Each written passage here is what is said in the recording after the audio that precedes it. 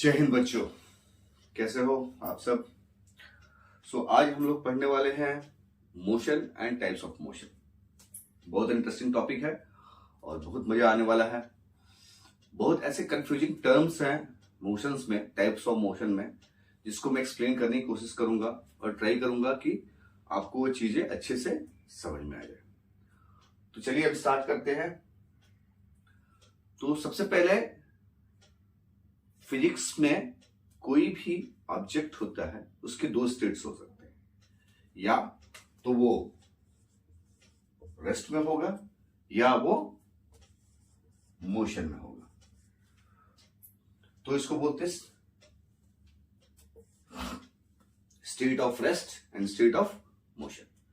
अब rest and motion को हम डिफाइन करेंगे, उसके बाद हम धीरे से आगे बढ़ेंगे।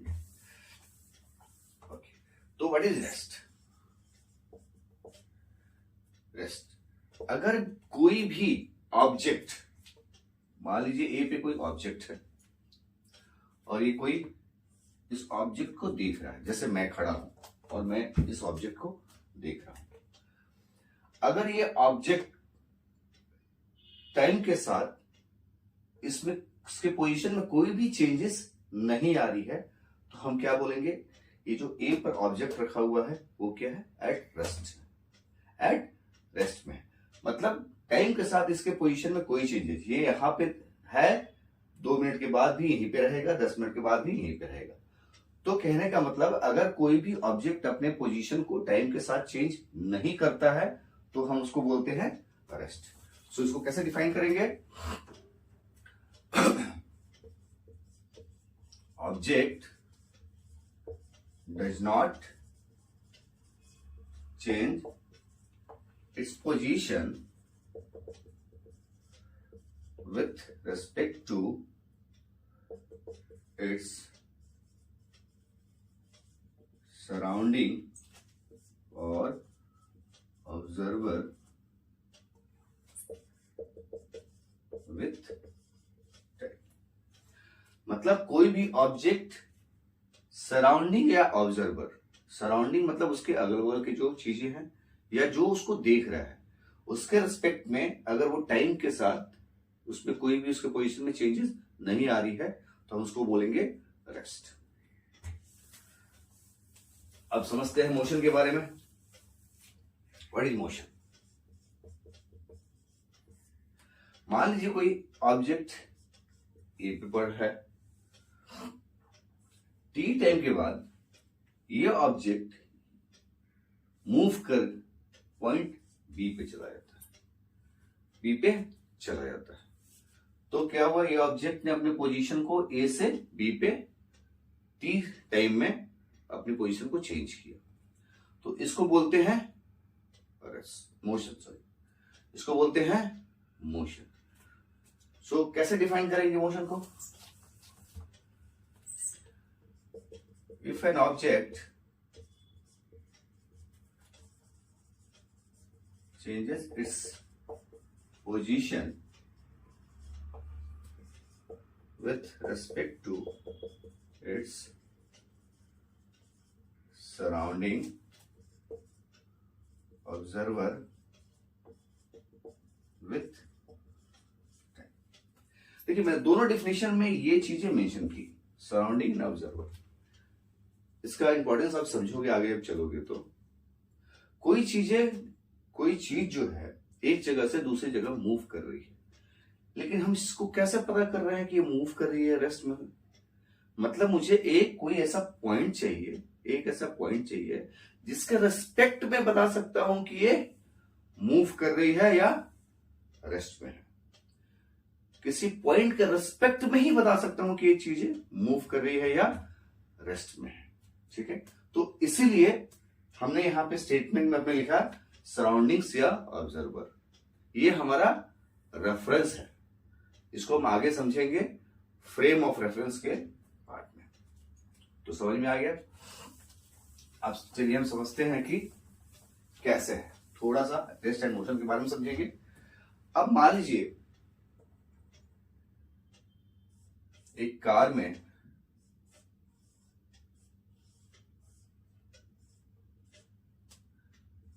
ए एक पर्सन है और बी एक पर्सन है जो बैठे हुए हैं, और एक पर्सन सी है जो इन दोनों को देख रहा है, ठीक है। और ये कार स्ट्रेट रोड पे जा रही है। तो अब यहां पे ये जो ऑब्जर्वर है, इसे ये कार कैसे दिख रही होगी? चलती हुई दिख रही है, मोशन में दिख रही होगी, चलती हुई दिख रही होगी। तो ये हमारा रेफरेंस है, ये हमारा रेफरेंस पॉइंट बोल दीजिए या रेफरेंस बोल दीजिए, जिसके रेस्पेक्ट में मैं बता रहा हूं कि ये थोड़ी देर में यहां थी, थोड़ी देर में इसके सामने आ गई, थोड़ी देर में इसको क्रॉस कर गई। तो इसके रेस्पेक्ट में वो चीजें मूव कर रही है, तो हम बता सकते हैं ये इन मोशन। लेकिन what about this A and B? A और बी तो एक ही कार में बैठे हैं, और ए और बी एक दूसरे को बोल रहे हैं कि क्या वो चल रहे हैं? नहीं। हम जब कार में ट्रेवल करते हैं तो अगल बगल हमारे पापा या हमारे पेरेंट्स या हमारे भाई बहन जो कार के बगल में बैठे रहते हैं, वो हमारे साथ दिखता है, ये तो बैठे हुए हैं, ये तो मूव नहीं कर रहे हैं। तो कहने का मतलब कि ए और बी जब एक दूसरे को देखते हैं तो वो अपने आप को रेस्ट में पाते हैं कि उनमें कोई मोशन नहीं हो रहा, बट एक्चुअल में they are moving with respect to C. तो इस चीज को समझने के लिए हमको समझना पड़ेगा फ्रेम ऑफ रेफरेंस।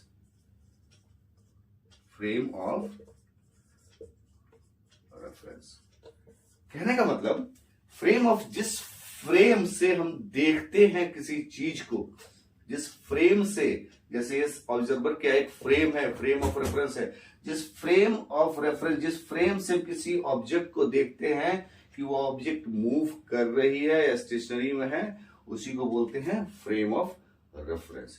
ये अपने एक अलग फ्रेम ऑफ रेफरेंस में है, और ये उस फ्रेम ऑफ रेफरेंस से चीजें बाहर है जिसको हम कंपेयर करके बता पा रहे हैं कि ये चीजें रेस्ट में है या ये चीज मोशन में है। आई बात समझ में? ओके, चलिए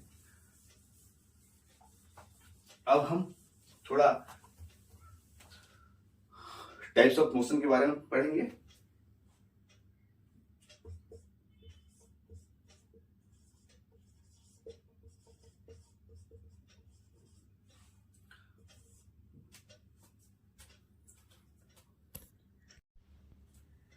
चलिए हम समझते हैं टाइप ऑफ मोशंस। अब टाइप ऑफ मोशंस को भी डिफाइन करने के बहुत सारे तरीके हैं, ठीक है। तो हम जनरली दो टाइप्स ऑफ डिफरेंशिएट करेंगे मोशंस को दो टाइप्स में। सबसे पहले motion on the basis of dimension. Motion on the basis of dimension कहने का मतलब आप सब जानते हैं कि ये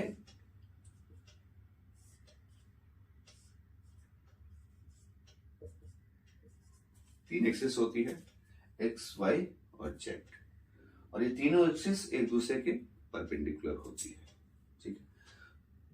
तो इसको समझाने से पहले मैं आपको चीजें समझाऊंगा। हम देखते हैं कि कोई आदमी रोड पे चल रहा है, कुछ चीजें हवा में उड़ रही है,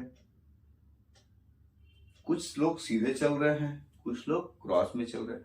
तो इन सारे टाइप्स ऑफ मोशन को डिफाइन करने के लिए हमने इसको डिफाइन किया है on the basis of dimension. जैसे अगर कोई पॉइंट या कोई ऑब्जेक्ट स्ट्रेट लाइन में अगर चल रहा है, तो वो क्या हो, उसको कहते हैं 1D मोशन, मतलब वन डायमेंशनल मोशन। वो एक ही डायरेक्शन में, एक ही डायमेंशन में, एक्स डायमेंशन में वो मूव कर रहा है। जैसे मैं अभी अगर चल रहा हूं तो मैं सीधा स्ट्रेट लाइन में चल रहा हूं रोड पे, तो मेरा मोशन क्या हो गया, वन डायमेंशनल मोशन हो गया, ठीक है। एग्जाम्पल क्या हो जाएंगे, जैसे मूविंग कार ऑन रोड ठीक है। जैसे मैं चल रहा हूं स्ट्रेट रोड पे तो मैं 1 डायमेंशन मोशन हो गया। नेक्स्ट होता है 2D मोशन, मतलब ऑब्जेक्ट है वो एक्स डायरेक्शन में भी जाता है, वाई डायरेक्शन में जाता है। जैसे अगर मैं स्ट्रेट चलने के बजाय क्रॉस चलूं, स्ट्रेट चलने के बजाय थोड़ा सा एंगल लेके चलूं, तो मतलब क्यों? क्योंकि ये एक्स और वाई हैं, दोनों हमारे फ्लोर पे ही डायमेंशन बने हुए हैं 90 डिग्री में। जैसे हम कैरम बोर्ड में क्वीन मारते हैं, स्ट्राइकर मारते हैं, तो क्या होता है, वो स्ट्रेट जाता नहीं है, वो इधर भी जाता है, इधर भी जाता है, ठीक है।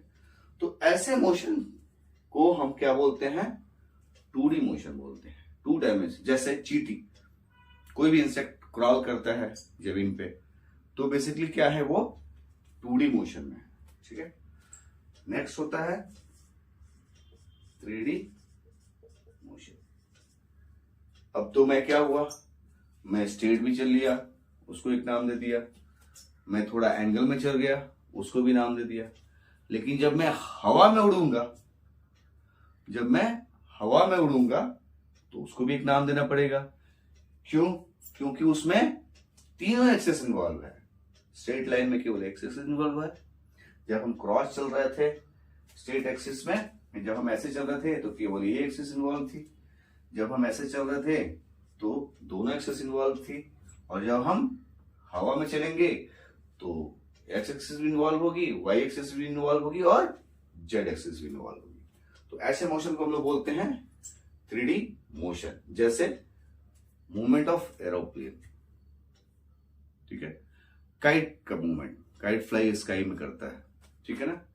तो ये सारे जो मूवमेंट होते हैं वो 3D मोशन होते हैं। तो 1D motion straight line motion, 2D motion जब हम किसी एंगल पे चलते हैं, जैसे कैरम बोर्ड का क्वीन हो गया।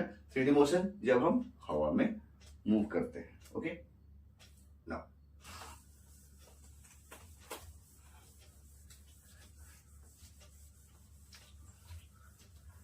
अब हम पढ़ेंगे बेसिकली टाइप्स ऑफ मोशन जो हम डेली बेसिस में बहुत सारे नाम से यूज करते हैं हम लोग, जैसे rectilinear, circular, vibratory motion, rotational motion. इन सब के बारे में डिटेल्स में पढ़ेंगे और इनके बीच के डिफरेंस को, एक्चुअल डिफरेंस को समझने की कोशिश करेंगे, क्योंकि ये बहुत सारे टर्म्स, सिमिलर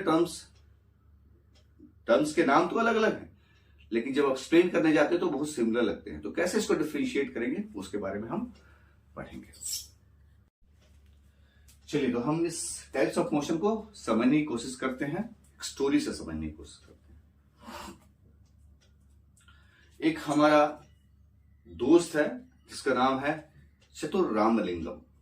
चतुर रामलिंगम को खेलना बहुत पसंद है, ठीक है। वो डेली घर से भाग जाता है ग्राउंड में खेलने के लिए। अब हम उसकी स्टोरी को रिलेट करके इस पूरे टाइप ऑफ मोशंस को समझने की कोशिश करेंगे, ताकि आपको समझने में इजी होगा। तो वो क्या जाता है, सबसे पहले चतुर रामलिंगम जो हमारा दोस्त है वो जाता है कहां पे, स्टेडियम जाता है, ठीक है। स्टेडियम जाता है चतुर रामलिंगम, और वो जाने के बाद वहां वो दौड़ना शुरू करता है। वहां वो दौड़ना शुरू करता है। तो जो चतुर रामलिंगम जो दौड़ेगा वो क्या है, किस रास्ते में दौड़ेगा, स्ट्रेट लाइन पे। वो कैसे दौड़ेगा, पहले स्ट्रेट लाइन पे जाएगा। तो अगर कोई भी ऑब्जेक्ट का मोशन स्ट्रेट लाइन में हो रहा है, कोई भी ऑब्जेक्ट का मोशन स्ट्रेट लाइन में हो रहा है, तो उसको बोलते हैं रेक्टिलिनियर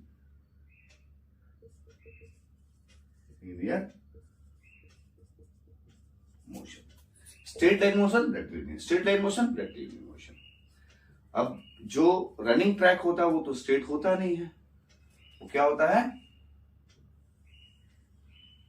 ऐसे टर्न हो जाता है, ठीक है। तो जब तक ये चतुर रामलिंगम हमारा स्ट्रेट रास्ते पे दौड़ रहा था, हमने उसके मोशन को क्या बोला, रेक्टिलिनियर मोशन बोला। हमने उसके मोशन को क्या बोला, रेक्टिलिनियर। जब इस पॉइंट पे आने के बाद, बी पॉइंट आने के बाद, उसने क्या किया, ये ट्रैक ऐसे था तो दौड़ेगा भी ऐसे ही हो। तो जैसे उसने अपना डायरेक्शन उसका चेंज हुआ, उसके डायरेक्शन को हमने बोल दिया कर्वी लीनियर मोशन। कर्व में दौड़ना शुरू किया तो उसके मोशन को हमने क्या बोल दिया, कर्व लीनियर। स्ट्रेट लाइन पे दौड़ा, रेक्टिलिनियर मोशन। कर्व लाइन पे दौड़ा, कर्व लीनियर मोशन। अब जब ये आगे पहुंचा तो उसको एक सर्किल मिला। ट्रैक पे ही एक सर्किल हो रहा था और ट्रैक आगे जा रहा था, लेकिन वो थोड़ा ज्यादा बदमाश है। वो क्या किया, स्ट्रेट गया, रेक्टिलिनियर मोशन, फिर कर्व में मूवमेंट किया, कर्व लीनियर मोशन। उसके बाद हुआ वो इस सर्किल में दौड़ना शुरू कर दिया। तो सर्किल में जो दौड़ रहा था तो उसके इस मोशन को बोलते हैं circular motion. Circular motion. Circular motion में क्या होता है कि एक सेंटर पॉइंट होता है। सर्कुलर मोशन में सेंटर पॉइंट होता है और सेंटर पॉइंट से हर पोजीशन की डिस्टेंस सेम होती है। मतलब यहां से ए भी सेम होगा, सेंटर पॉइंट से बी भी सेम होगा, सी भी सेम होगा और डी भी सेम होगा। कहने का मतलब एक circular path, motion on a circular path with equal distance from center. Equal distance from center. Motion on a circular path with equal distance from the center. हम इसको बोलेंगे सर्कुलर मोशन। अब उसने देखा कि वहीं पे वहां पे क्या है, मेरी गो रन लगा हुआ है। सोचा कि मैं उस पे भी घूम लूं। मेरी गो राउंड पे क्या किया, वो चतुर्रामलिंगम हमारा खड़ा हो गया मेरी गो राउंड पे। अब मेरी गो राउंड पे खड़ा हुआ तो क्या हुआ, वो मेरी गो राउंड के साथ वो भी घूमना शुरू किया, ऐसे ऐसे चक्कर लगाना शुरू किया, ऐसे ऐसे ऐसे ऐसे। अब देखो यहीं पे समझने की बहुत जरूरत है आपको। तो जब मैं चतुर्रामलिंगम मेरी को राउंड पे चढ़ के घूमना शुरू किया तो यहां पे दो चीजों को हम समझने की कोशिश करेंगे। ठीक है, मैं इसको यहां बनाता हूं।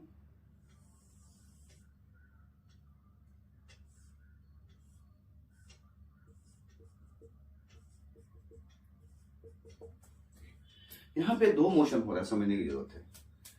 जो ये इस जगह पे खड़ा है चतुर्रामलिंगम, उसके मोशन को हम लोग क्या बोलेंगे, हमने पढ़ा कि अभी कोई भी ऑब्जेक्ट अगर वो किसी सेंटर से इक्वल डिस्टेंस पे एक सर्कुलर पाथ में घूम रहे, उसके मोशन को हम क्या बोलेंगे, सर्कुलर मोशन बोलेंगे। तो इसमें जो चतुर्रामलिंगम का मोशन है वो क्या है, सर्कुलर मोशन। लेकिन ये मेरी गो राउंड का जो मोशन है वो क्या है, सर्कुलर मोशन।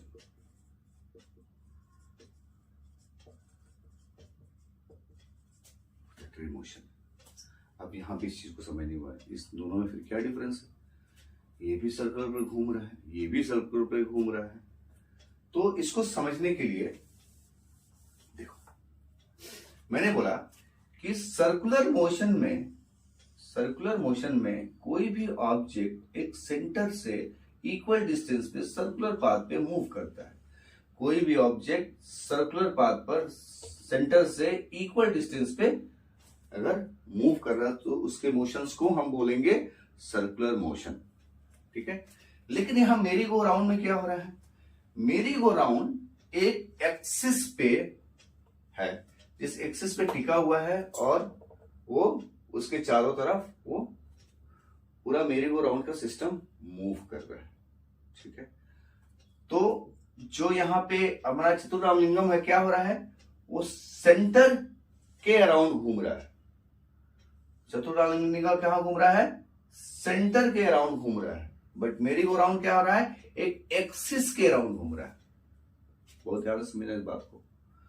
सेंटर के अराउंड घूमना और एक्सिस के अराउंड घूमना दोनों में डिफरेंस है, ठीक है। क्या डिफरेंस है?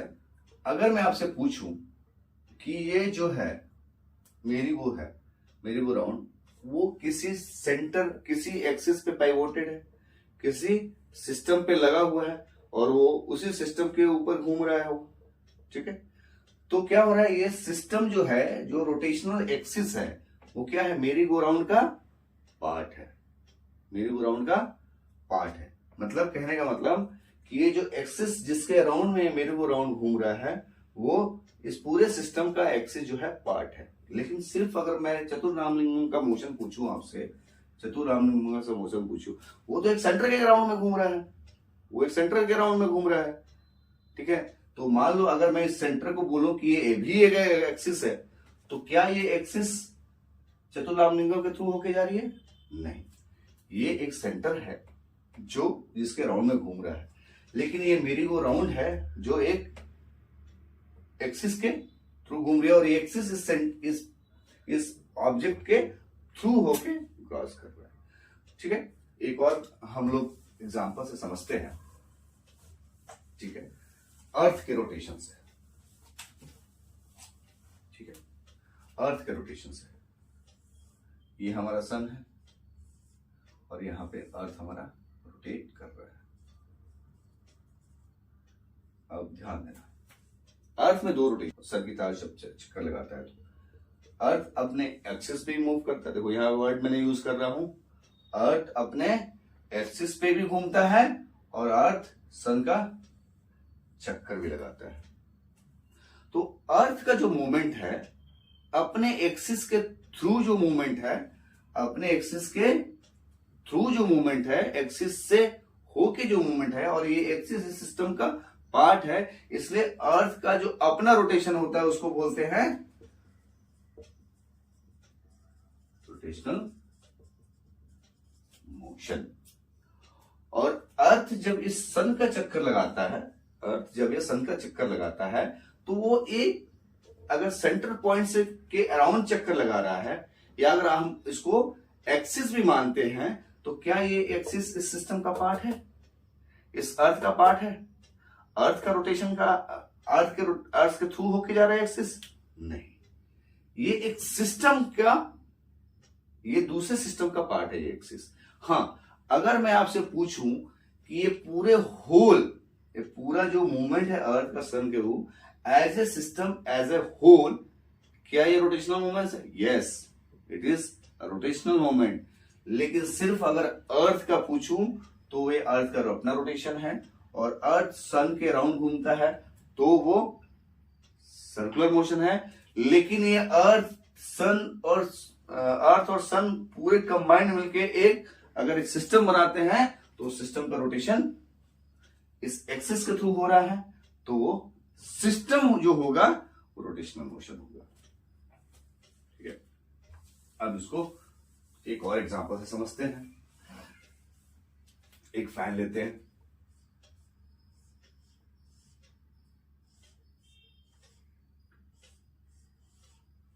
ठीक है। ये फैन रोटेट कर रहा है ऐसे ऐसे। मान लीजिए फैन के जो ये आपके विंग्स है, उस पर आपने एक डॉट लगा दिया, ठीक है। अब मैं आपसे पूछूं, ये डॉट कैसे मूव कर रहा है? ये डॉट ऐसे मूव कर रहा है, यहां है, कभी यहां है, कभी यहां है, कभी यहां, कभी यहां है। तो ये डॉट क्या हो रहा है? एक सर्कुलर पाथ पे मूव कर रहा है, एक सर्कुलर पाथ पे मूव कर रहा है, ठीक है, जिसकी डिस्टेंस हमेशा सेंटर से इक्वल है, जिसकी डिस्टेंस हमेशा सर्कल से इक्वल है। तो ये जो डॉट का जो रोटेशन है, डॉट का जो मोशन है, डॉट का जो मोशन है वो क्या है? Circular motion. डॉट का मोशन, केवल डॉट का मैं पूछ रहा हूं, फैन का नहीं बोला मैं, केवल डॉट का जो मोशन है वो क्या है? सर्कुलर मोशन है। लेकिन जब मैं फैन की बात करूंगा तो फैन एक एक्सिस पे लटका रहता है और फैन मूव करता रहता है। फैन एक एक्सिस पे लटका रहता है और उसके अराउंड वो मूव करता है। कहने का मतलब ये जो एक्सिस है वो फैन के थ्रू होके जा रहा है, फैन के थ्रू होके जा रहा है वो एक्सिस। इसलिए फैन के पूरे सिस्टम को अगर हम माने कि फैन एक पूरा सिस्टम है और वो सिस्टम के थ्रू होके एक्सिस जो है उस सिस्टम के थ्रू होके मूव कर रही है, तो ऐसे मोशन को हम बोलेंगे, फैन के मोशन को बोलेंगे हम रोटेशनल मोशन। लेकिन फैन पे लगे डॉट को, वो क्या है, वो तो एक पार्ट है, डॉट तो एक पार्ट है।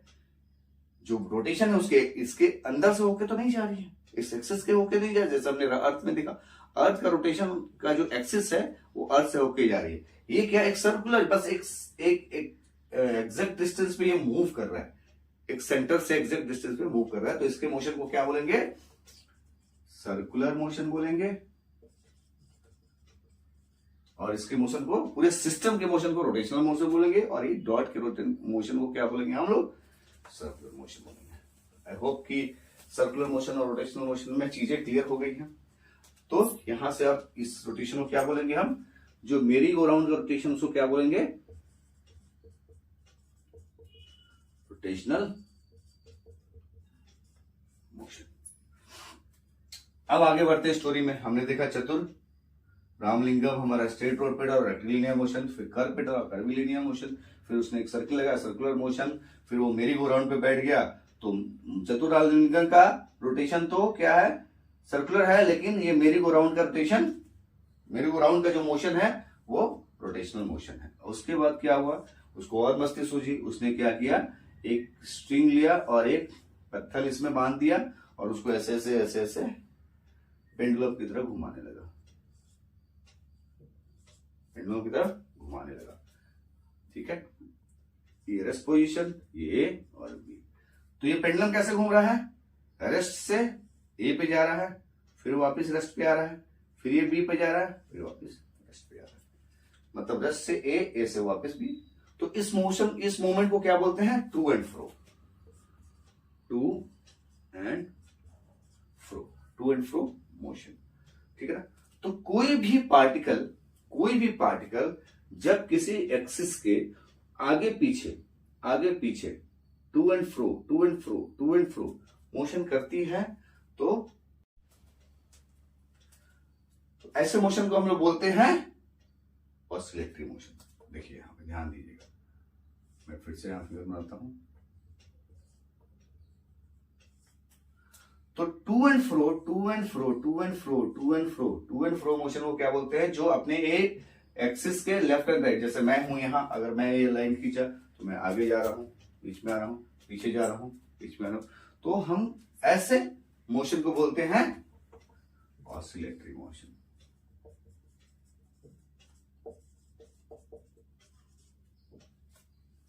इसी को थोड़ा डिटेल में समझिए। देखिए पूरी स्टोरी बन रही है अभी, ठीक है। उसके बाद क्या हुआ, चतुर Ramalingam rectilinear motion, curvilinear motion, circular motion, rotational motion. अब वो कौन सा मोशन, ऑसिलेटरी मोशन किया। उसके बाद उसको जैसे ऐसे ऐसे कर रहा था, ये इसका स्टोन जाके किसी चीज में अटक गया। अब स्टोन को खींच रहा है अपनी तरफ, आ नहीं रहा है। तो उसने क्या किया, इसके धागे को कहीं और फंसा दिया और सोचा कि एक और गेम खेलते हैं। फिर उसने क्या किया, यहां उसको फिक्स किया और ये ऑलरेडी फिक्स है, इसको यहां से बीच से इसने खींचना शुरू किया। तो इसका मूवमेंट कैसा हो गया, स्ट्रिंग का मूवमेंट ऐसा हो गया, ऊपर नीचे ऊपर नीचे ऊपर नीचे, to and fro to and fro to and fro to and fro to and fro to and fro to and fro. Sir ये तो बता दिया आपने, फिर ये क्यों बता रहे हैं। देखो ये भी टू एंड फ्रो मोशन हो रहा है, ये भी टू एंड फ्रो मोशन हो रहा है, किसी एक सेंटर पॉइंट के आगे पीछे मूव कर रहा है। ठीक है, लेकिन इसके मोशन को हम लोग क्या बोलते हैं, वाइब्रेटरी मोशन। तो अरे सर ये क्या बात हुई, इसको आप बोल रहे हो ऑसिलेटरी मोशन, इसको वाइब्रेटरी मोशन। तो देखो एक चीज को समझो, ऑसिलेटरी मोशन जो होता है उसमें भी टू एंड फ्रो मोशन होता है, इसमें भी टू एंड फ्रो मोशन होता है। लेकिन सबसे जो मेन डिफरेंस है, इसको समझने की बात है, यहां पे ये ऑब्जेक्ट यहां से यहां मूव कर रहा है, यहां से यहां मूव कर रहा है। क्या इस थ्रेड या इस जो स्टोन है उसके शेप में कुछ चेंजेस आ रही है? कोई चेंजेस आ रही है? कोई चेंजेस आ रही है? ये यहां था, जस्ट यहां हो गया, यहां हो गया, यहां हो गया। तो कोई भी ऑब्जेक्ट, देखिए इसमें क्या है, कुछ बुक्स में बताया हुआ है कि वाइब्रेटरी मोशन में एक पॉइंट फिक्स होना चाहिए, उन्हें बताऊंगा आगे चल के, ठीक है। यहां भी तो एक पॉइंट फिक्स है, अगर मैं ये फिक्स है तभी तो ये मूव कर रहा है इधर उधर। हवा में रहता है थोड़ी मूव करते है, ये भी यहां फिक्स है। और एक और बताते एग्जाम्पल, जैसे मान लीजिए कि एक टेबल है, एक टेबल पे मैंने रूलर स्केल डाल दिया, एक रूलर स्केल लगा दिया, ठीक है। रूलर स्केल ज्यादा मोटा हो गया, एक रूलर स्केल लगा दिया, ठीक है। अब मैं इसको क्या कर रहा हूं, ऐसे नीचे प्रेस किया मैंने, तो इसमें भी पॉइंट पे फिक्स है कोई चीज, इसमें भी फिक्स है, तो दोनों में क्या अंतर है? फिर दोनों क्यों अलग अलग नाम। बेसिकली ये जो वाइब्रेटरी मोशन है ये रोटेशनल मोशन का ही है अपग्रेडेड पार्ट है, ठीक है। तो इसमें क्या हो रहा है, ये जो मोशन हो रही है इसमें ऑब्जेक्ट का शेप और साइज चेंज नहीं होता है, ये सबसे बड़ी डिफरेंस है।